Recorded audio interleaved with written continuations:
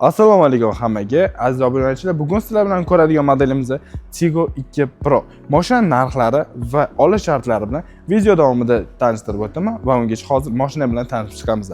Mashinamiz 1 turbina 3 silindroviy bo'ladi va mashinaning shahar ichidagi rasxodi 6 litrni tashkil qiladi va dalniga undan ham kamida 92 benzinda harakatlanadi. Mashinamizning motori Nemetskiy Volkswagen kompaniya sborkasi bo'ladi va elektronikasi bo'sh.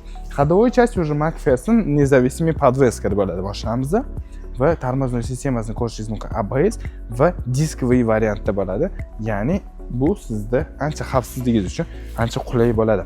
Mashinamizda поворотниклariga keladigan bo'lsak, поворотниклari складывающий, ya'ni yopiladigan дополнительный поворотник faralari bilan va bokovой emas, qiziydi mashinada, ya'ni ertaga qishda yurganingizda yoki yomg'irli havoda parlanib ketmaydi. Mashinamiz бескульчевой достуp, ya'ni pult bilan oldiga kelsangiz, avtomatik eshiklar ochiladi. Va salonni ko'rishingiz mumkin. Уже качественный plastmassalar ishlatilgan va eko koja bilan qoplangan bo'ladi. Сиденье rullarimizda. Mashinamizni sanab o'tadigan bo'lsak, bokoviyda oldi orqa lobovoy, rul va oldi qator ikkita sidenyasida обогрев bo'ladi, ya'ni qizdirib qo'ysangiz, qizib turadi mashina. Va lyuk. Mashinada ko'rishingiz mumkin, mini lyuk o'ziga juda ham yarashib turadi. Lyukni yaxshi ko'ruvchilar uchun bu lyuk ancha kerak bo'ladi. Va orqa qismi. Orqa qatorlarimiz ham ancha keng bo'ladi va mashinamizda 4 ta airbag mavjud.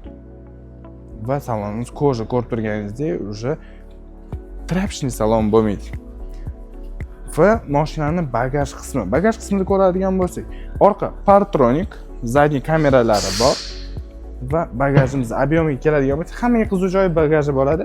Bagajimizni 420 litrni tashkil qiladi va zapaskasi ham mavjud mashinamizda. Xohlasangiz bu yoqqa propan ham tushirib olsangiz bo'ladi. Bagajimizda orqa faralarini ham ko'rishingiz mumkin. Уже boshqacha dizayn, o'zgacha dizaynda qilingan bo'ladi. Xo'p, mashinamizni olish shartlari bilan tanishtiradigan bo'lsak, mashinamizning tan narxi 214 900 ming so'm naqdga yoki avtokreditga oladigan bo'lsangiz, mashina 25 million foydasiga xarid amalga oshirishingiz mumkin va mashinamizga 30% bojxona to'lov to'lab 1 yildan 4 yilgacha рассрочкаga olib chiqib ketsanglar ham bo'ladi. Bu xizmatlarimiz ham bemalol bor bizda va mashina eng minimal 40 million so'm boshlang'ich to'lov bilan ichida setka, porog, tonirovka mayli. Polikni ham qilib beramiz. 40 million 500 ming so'm boshlang'ich to'lov qilasizlar. Shu narsalar ichida bo'ladi va avtokreditga 1 yildan 5 yilgacha bemalol o'zingizlarning nomingizga olib chiqib ketsanglar bo'ladi. Hammalarni kutamiz. Salomat bo'linglar.